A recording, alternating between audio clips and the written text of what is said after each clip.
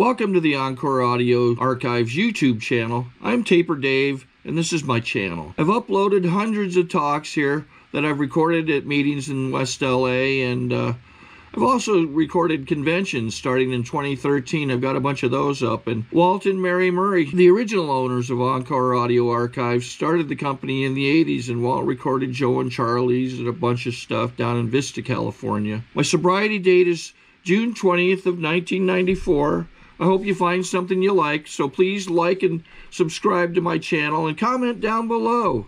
If you want to hear something that I don't have or that you don't see, I'll see that I get it. Anyways, take care and have a great day if you want to. You see me taking out notes here. I'm Scott, I'm an alcoholic. This is not because I don't know my own story. This is because I don't like talking about my own story. So this will keep me from stopping early. So we'll go until, what, 10 o'clock, right? Yeah. Is that right? Yeah, thought so. Anyway, I'm Scott, I'm an alcoholic. And I want to thank Sandy, and I want to thank Michael, and Laura, and all of the committee members for asking me back. 3 months after I got sober, I went my first San Diego Spring Roundup, and I was encouraged to do so. I would never have known it even existed. Sobriety was even something that I questioned whether it was possible. So to go to San Diego Spring Roundup, and I've never left. I have absolutely never left. I've gone to a lot of different meetings in my life through the years. I'm kind of one of those people who doesn't want to get used to one meeting. I like new experiences. I like new and raw stories. If you can talk to me about cars that are on fire and broken relationships and broken promises, I'm on the edge of my seat. I love it. And so I go to a lot of different meetings, but wherever I go to the day I die, the San Diego Spring Roundup is my home group. And that's it, that's all. I am an alcoholic. I'm an alcoholic for two reasons and two reasons only. One, when I take a drink of anything, I will drink it to excess, and I will have to be apologizing for things, and oftentimes there's other consequences, much more serious consequences for my drinking. The other one is I can look you right in the eye, and with all the sincerity of my heart, with every fiber of meaning it to you, I will promise you I will not take a drink, and I'll take another one. I will. I'll drink. It's what I do. Everything else is just my story. So here is my story. Very, very pedestrian story, if I were to describe it anyway. I grew up just north of here in a place called Rancho Bernardo. At the time, Rancho Bernardo was a budding little urban mecca for people from around the country, bringing their families, and it was an exciting time. It really was. There wasn't a lot of infrastructure. There wasn't a lot of guidance. The community, you had Avco, the builder, and they were sort of the guardian, I guess, if you would say. They were certainly the administrative direction of the Rancho Bernardo, but they really allowed the homeowners and the families to determine what direction that area was going to go. And I got to benefit from that. A lot of kids my age got to benefit from that because we got to put our fingerprints all over it. Got to build I was part of building the first Little League field in Rancho Bernardo, running the Ditch Witch, and I was about 10, 11 years old, bouncing around and swinging the bat with this guy. He also grew up in Rancho Bernardo and played ball together. There was a lot of excitement, a lot of enthusiasm, and at the time I felt like a little kid. But there were two worlds. There was two worlds that I was living in. One was the one you got to see, which was the ambitious, intelligent, outgoing Scott Thompson, and the other one was the one on the inside who absolutely, fundamentally believed that if you got to know me, you wouldn't like me. You would not like me. And a state of fear and panic I cannot even describe as I was going into my teens. And I thought I was all alone. Talking to somebody I went to high school with a couple of years ago, he was remarking how, God, you look like you really had it together. You really had it together. And I thought the same of him. And what an interesting conversation that dovetailed into. But anyway, so we grew up. I started experimenting with drugs, but mostly I was drinking. It had been exampled all of my life by my parents and everybody that I held as a role model. I would go with my father, who I absolutely cherished his companionship. I mean, he was my best friend, and I'm a Tim type, literally a Tim type of my dad. But I would go to these dark steakhouses with leather seats and waitresses that had been waitressing forever, and they knew their way around a restaurant, buxom, and they knew my dad, and they loved my dad, and it was a Frank Sinatra kind of a thing.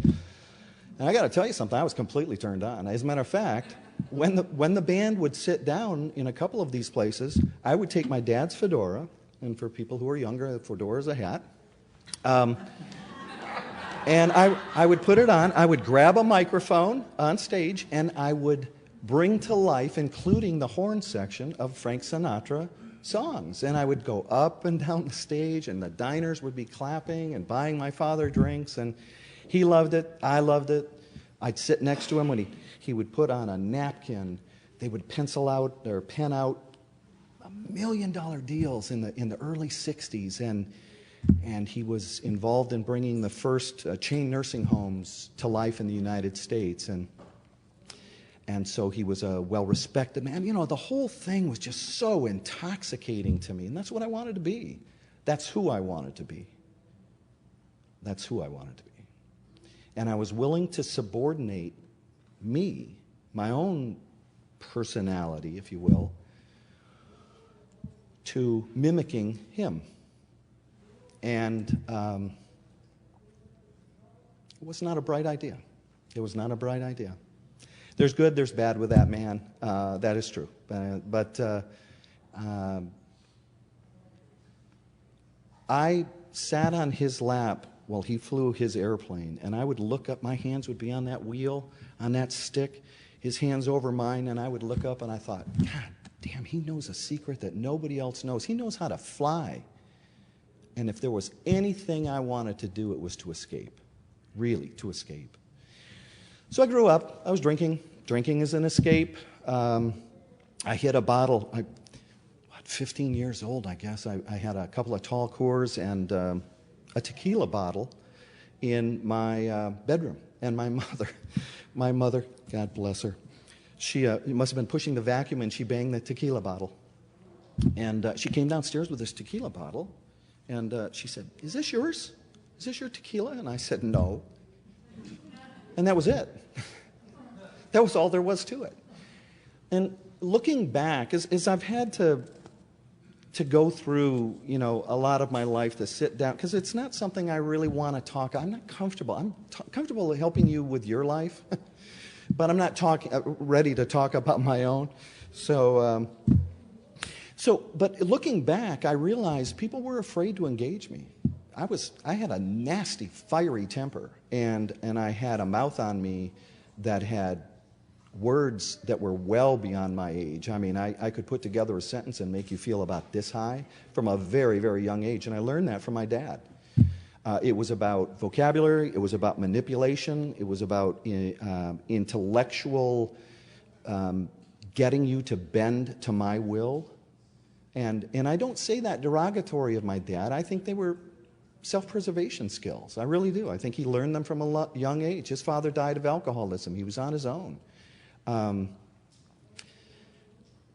But I learned them. I mastered that skill to be able to make you dance like a marionette from a very, very young age. And my mother was really afraid to engage me. And most people that I know at that time were.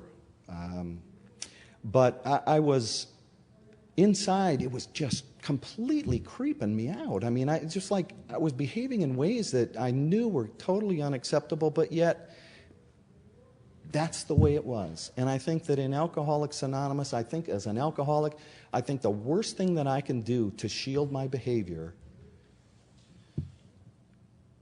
and to be unaccountable is to say two things. Well, that's the way I am. That's who I am. Or that's the way it is. And be unwilling to look any deeper than that, to excuse myself. And I did that for a long, long time. It's just the way I am. Mike might remember, I don't know, that there was an umpire who I was having a particular problem with, and I was a pitcher. And, or at least I was pitching that day. As I remember, I got shelled too. But he was calling balls, he was calling pitches balls that were obviously strikes. I mean, I was throwing them. And so, you know, I was visibly upset on the mound about the call. So I had a guy 3-2, bases are loaded, crunch time. I threw a ball, as God is my witness, that ball was dead center, right down the plate. He called it a ball. He walked the guy, walked the run in, and it was the game was over. And I came off that mound and came after that umpire. I came flying at him through the catcher into this umpire. And then I was not allowed to play the game for a couple of games, so I had to sit out. So, cause and effect. But to me, I'm okay with making the cause at this time in my life. Being the cause, you get to pay the effect, though. You get to have the effect. I was untouchable from it. And I danced through my life for a long, long time that way. Tearing things up with absolutely so many people trying to make excuses for me. Trying to keep me from hitting the ground very hard, you know, from really having consequences. And so I would go to class drunk. I was not a good student in terms of class attendance. I was a very good student because I was very bright. I could read something and understand it pretty quickly and bullshit my way through it. And it actually was quite an effective strategy for a long, long time. So now these are all tools we pick up along the way, right? And I hadn't hit my full-blown stride as an alcoholic yet, but boy, I was going into my teens, and I was cranking it up, and I was ready to go. And my whole goal, even though I had this messy life like this, was to be a naval pilot. That's what I wanted to do. I thought. I grew up in the space program, and you know, Neil Armstrong and the Mercury astronauts, and they were really heroes of mine. And I can remember laying in the backyard in Michigan, which is where I was born, and during the UFO times, right through the 60s, there was a lot of UFO sightings, and one guy, I remember hearing that he fed a UFO roast beef because it was crazy, but I believed all of it, every single word of it. So I'd lay in the backyard in those hot summer nights, hoping to see, praying to see a UFO land and take me away. Take me away. All my life I've wanted to escape, all my life. And so anyway, I'm headed toward this aviation career. I'm making moves to contact the local congressman to go to the Naval Academy.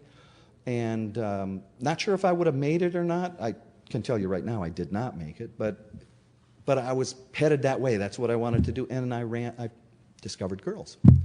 And but I had alcohol, and I was discovering girls, and I got to tell you, if you keep them separate, it works out real well. But it's when you combine the two that Scott becomes a dumbass. He really does. And so.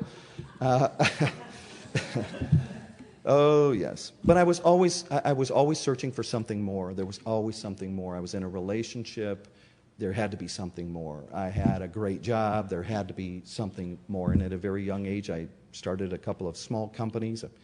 Milking rattlesnakes was one, to sell the venom to the hospital, and then I had a barber shop, beauty shop cleaning company. These were while I was in high school.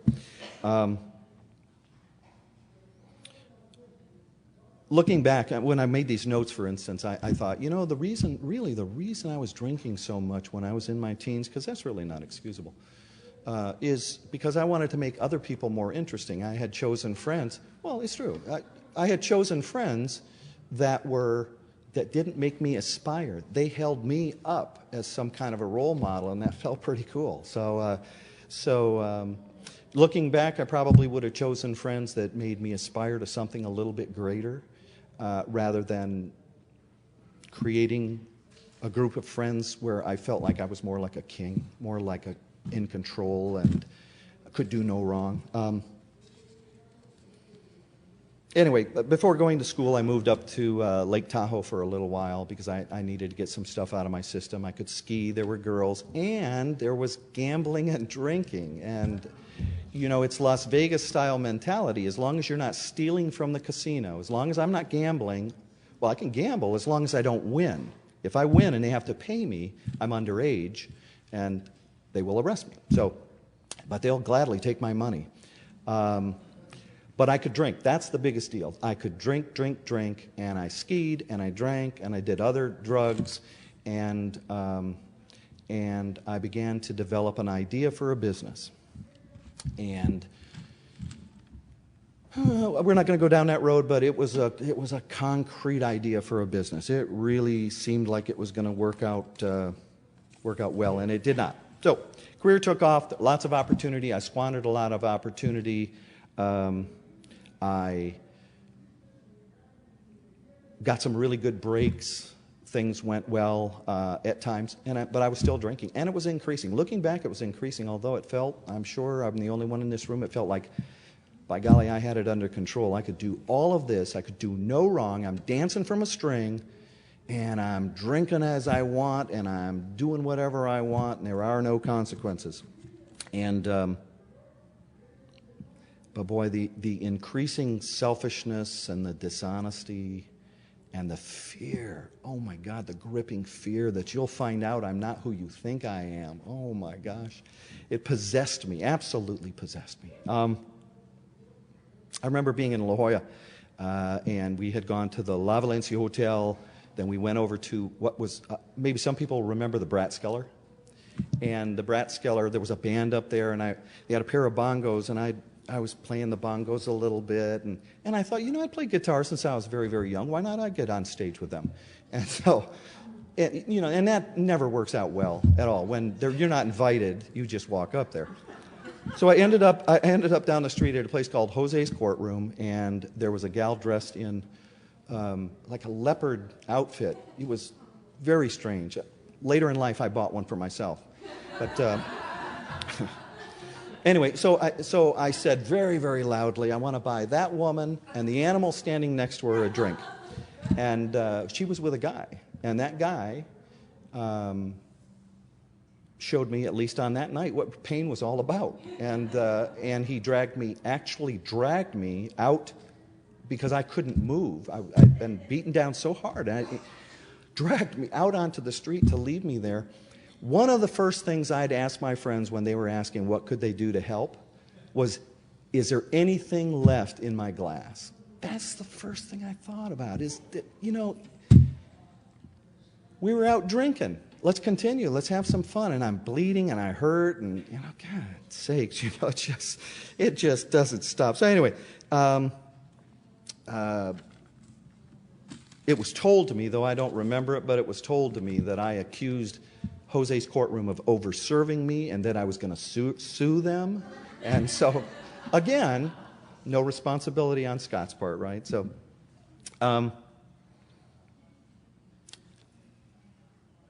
life went on like that. I mean, we all know what possesses us when we drink. I didn't understand it. I don't know that a lot of people I've met in Alcoholics Anonymous really understand the obsession. Certainly not while I'm in the mix. I can't see it. I can't see that there's cause and effect. I can't see the damage that I'm done in. And the truth is, when I do see it, I don't care about it. I don't care if you hurt. As long as I'm getting what I want, whatever that is. I don't care if you hurt. If I hurt your feelings, if I disappoint you, if you knew what it felt like inside, you wouldn't even put yourself in that position to feel bad that I've done something to you. You'd feel bad for me. This is the mindset that I have as I move through life. Using people up, friends, family, personal gain, moving ahead, and discarding them. Really, just discarding them. This is one of the reasons why I don't really like to talk about myself, is because that is so god darn painful to say. But it is so god darn truthful. It really is. Okay, so we're moving along. Drunk. That's what I am, a normal drunk. But life seems to be okay because I've got the right wife, at least at the time I did, and the right wife, I got the right house, I'm driving the right cars, got a little bit of money in the bank, got a daughter, and life is just unfolding the way, and I am getting more and more afraid, and afraid I don't know what. To obtain additional copies, receive a free catalog of AA and Al-Anon talks, or to find out about our tape and CD of the Month Club, call Encore Audio Archives at 1-800-878-1308, or visit our website at www.12steptapes.com. Divorce, things happen, marriages don't work out, I get divorced. Nobody's fault and both of our fault. Try to figure that one out. I have. So I start moving through relationships a little bit. I start moving through work changes, and maybe I'll do a geographic because that's going to feel better. And I remember my father suggesting to me at that time, he said, rather than leave the area, rather than running away from this stuff, why not sit down and really buckle down and make a life that you don't want to escape from? Now, I didn't understand it at the time. Today, I understand what he was saying to me. I understand that message. I get it. Wish I would have gotten it back then, and I didn't. We used to play a word game for when we would drink, and a couple friends of mine and I, and they have one of them has an Ivy League education, and so it was really fun to kind of do that to see who's going to blow the other one up. We drink, and as we progressively getting drunker, we would try to say words like cinnamon and, some other, and then you'd go into transubstantiate, and you try to say those things when you've been drinking, and, and then there's words impossible to say, like, I don't know, you're not my type,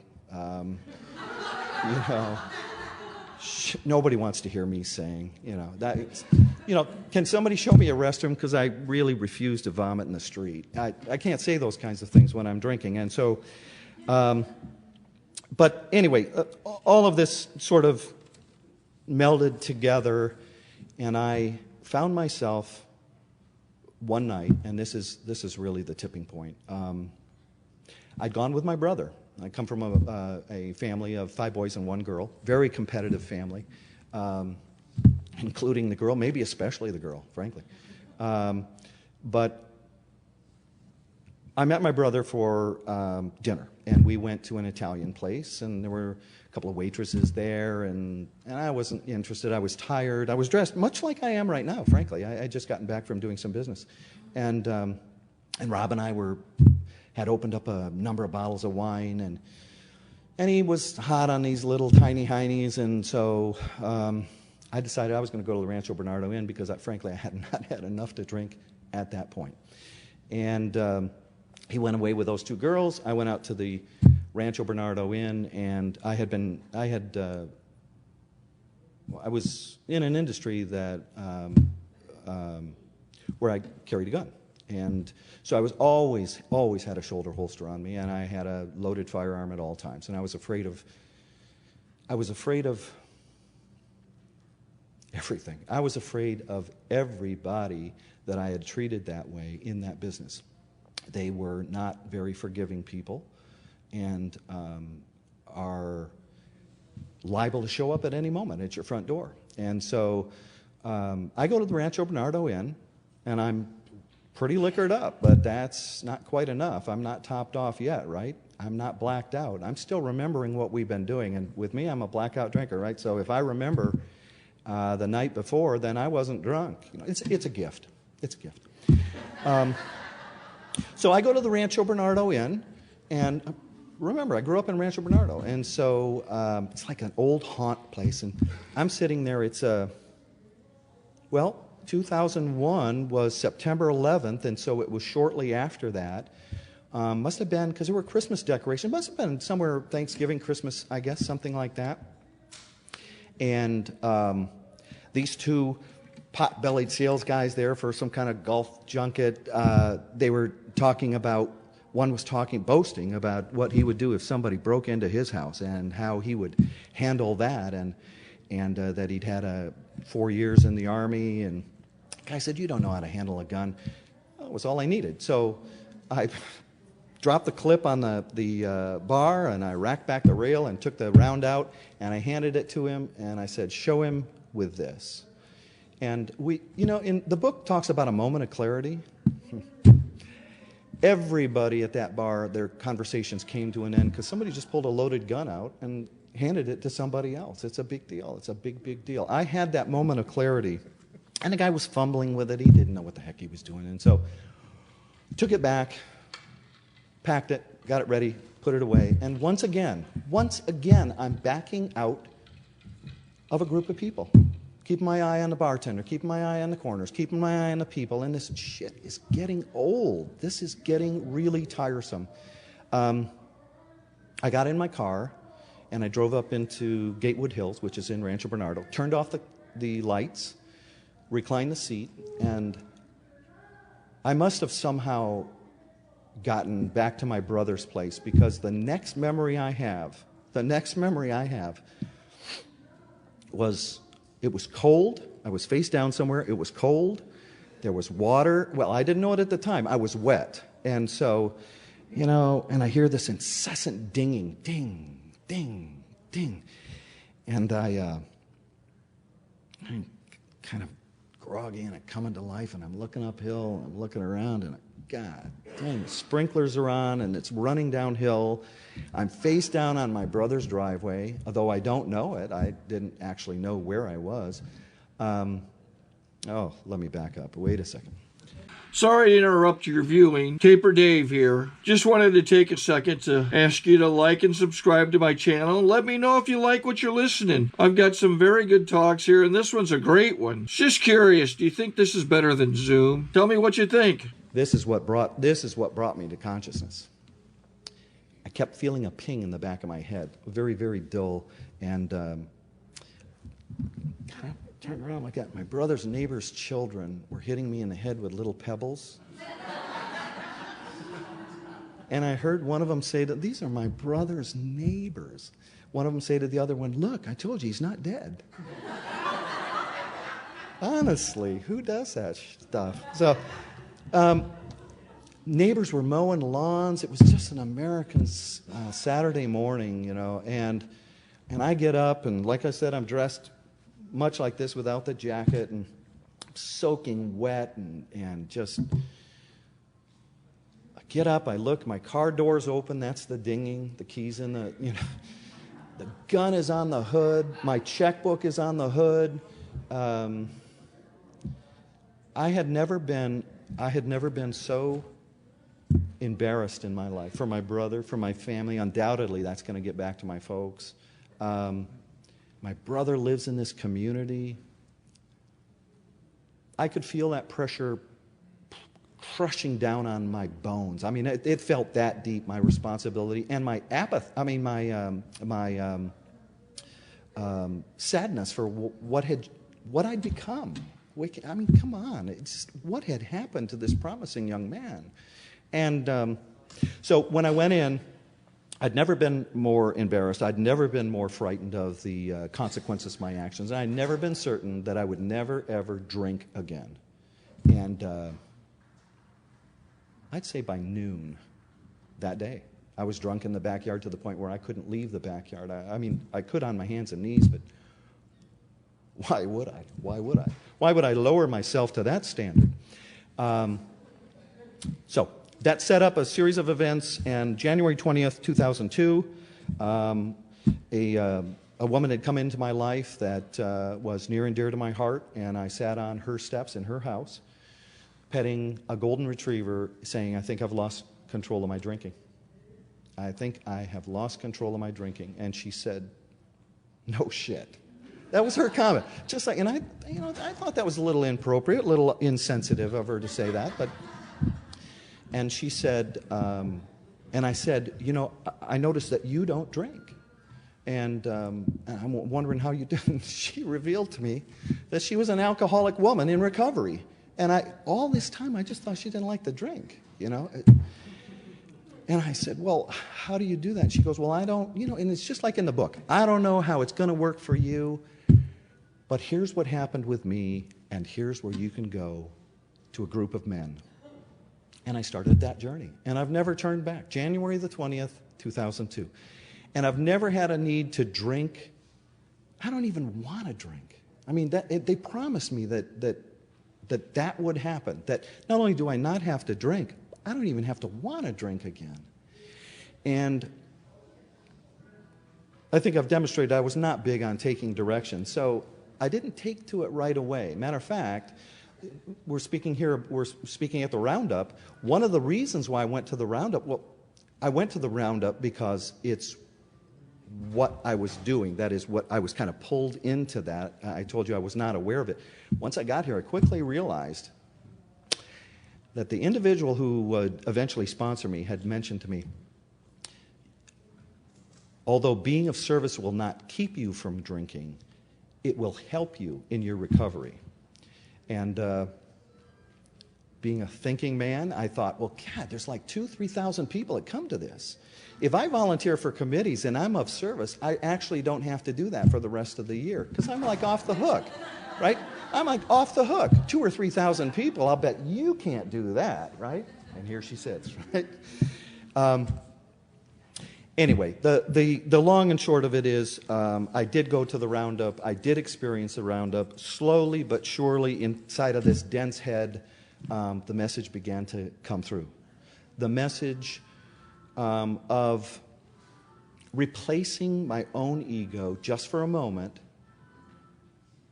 with a selfless act.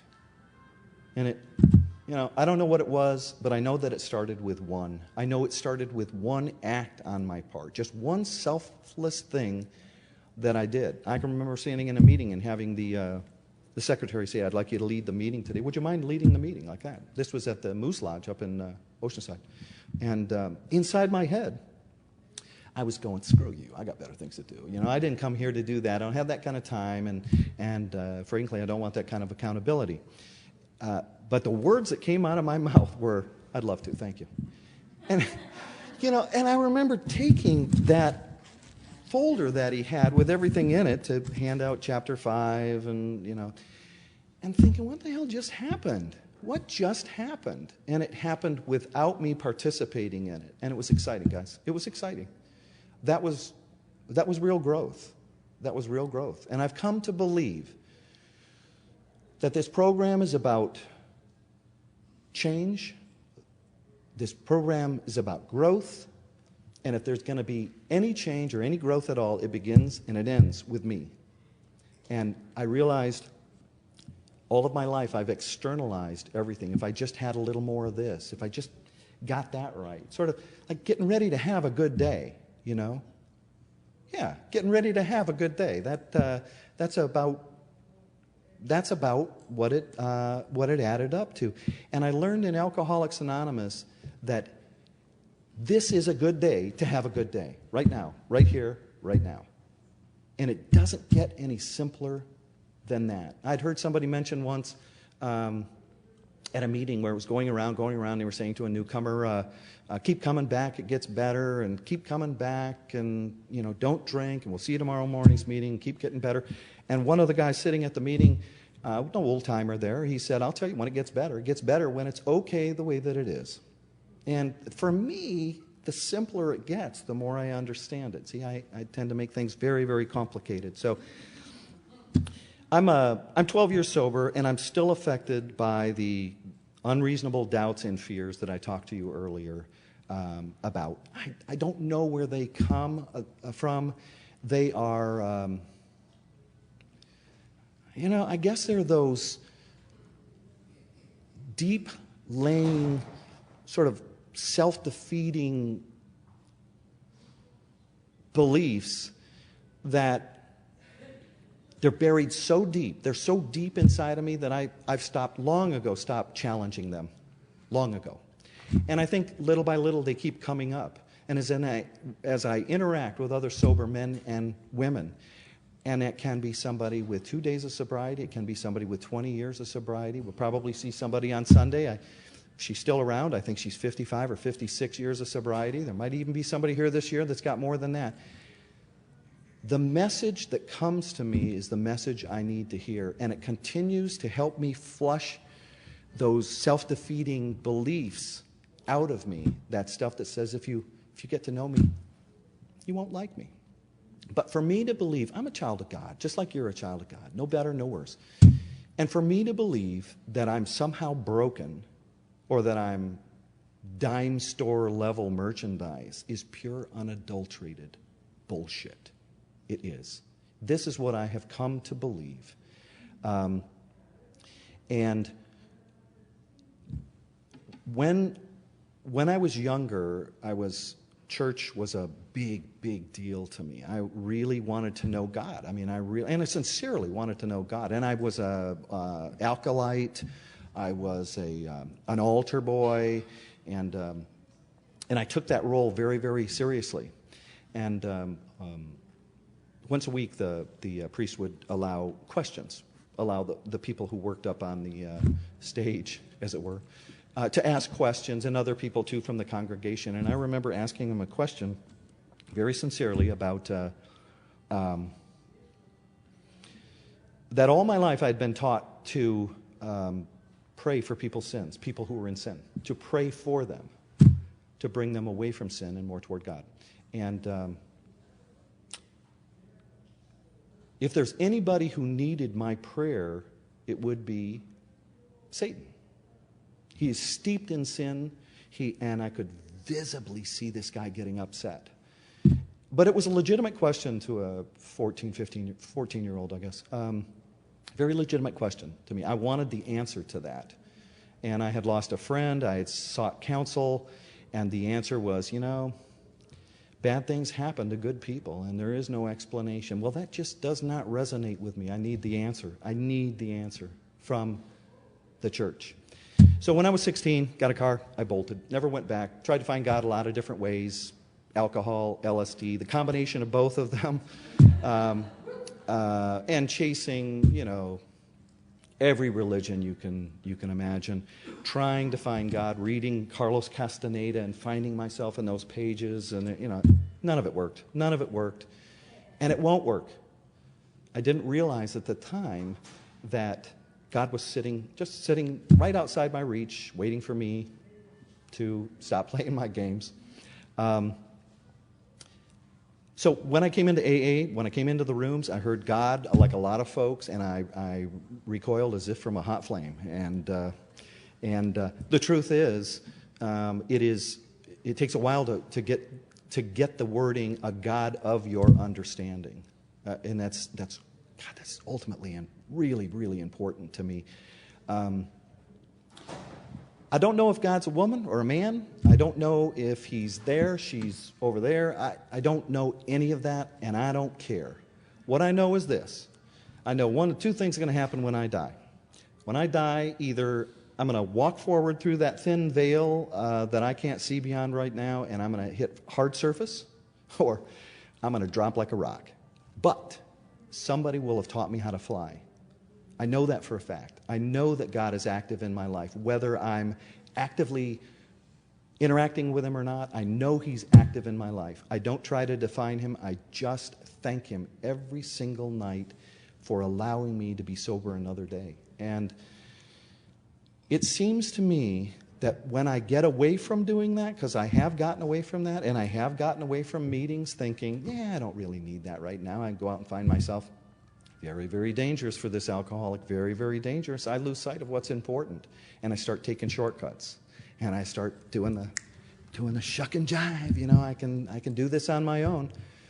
And the truth is, without your fellowship, it's really hard to say, because I'm kind of a standalone guy. I mean, I don't rely on anybody. I don't want your help. I don't want your input. I don't require you to pay my bills. I don't want what you have, but I want what you have. And when I come to the meetings, I get it. You give it away to me. I do my very, very best to give it back to you. And I will leave with this. I will button it up, I should say. I'm going to leave. I'm not going anywhere. But I will button it up with this. I think that for me, the journey in Alcoholics Anonymous has been a gift that at times is not wrapped the way I want it to be wrapped. It doesn't feel as good as I want it to feel. It's sometimes painful to hear the truth. It's sometimes painful to talk about the truth. But just because it's not wrapped the way that I'm looking for doesn't mean it's less of a gift. You understand? It's not less of a gift. And it's up to me to see that. It's up to me to embrace that, to realize whatever box I put around, whatever I'm expecting, my expectations are way, way, way lower than what my Creator has for me, in store for me. And when I ask for help, I try not to be very specific, because I've seen what happens when I pray for specific help. And it can be very painful, very, very painful to have specific help. So I pray more in a general way. But the one thing I do say is, and I've said it since, early on in my sobriety, the prayer that I pray, is that though I don't understand what's going on right now, I don't understand it. I believe in my heart that they are building a ladder, and these are each of them rungs that take me up closer to my Creator. And that is the journey that AA has given me. It's taken me away from the selfishness most of the time, away from the dishonesty, the resentments, and the fears. I can live with my fears right now. I can. They're there, but I can live with them. I'd like to say to you, I'm unafraid. But I'm not. I'm afraid. I got fears all the time. But I can live with them, because I'm not alone. You guys are everywhere that I go. And I want you to know, every single one of you, the people that I know, people that I don't know, and the people I've yet to meet, I love every single one of you. You saved my life, and I hope I can return the favor. Thanks.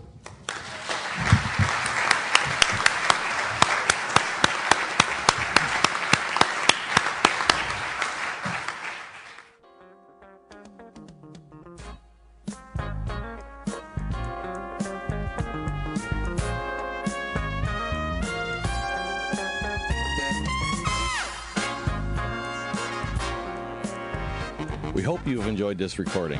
To obtain additional copies, receive a free catalog of AA and Al-Anon talks, or to find out about our tape and CD of the Month Club, call Encore Audio Archives at 1-800-878-1308, or visit our website at www.12steptapes.com.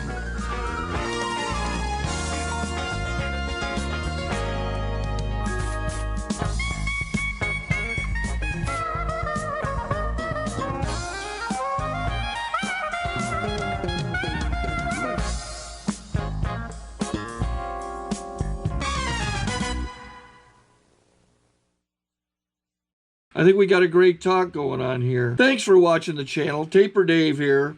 Just curious, do you think this is better than Zoom?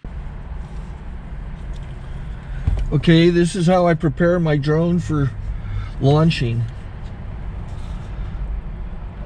I like to do it inside the cab of my truck so I'm not standing outside in the weather.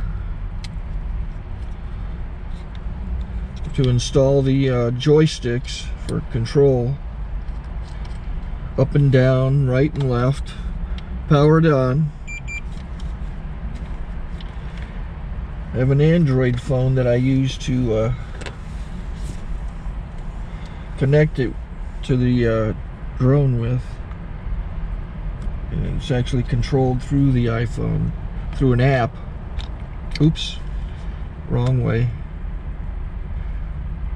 It's actually controlled through the iPhone, or through this Android phone, through the app. It's actually controlled through the Android phone, through an app, and you connect it through this short connection right here.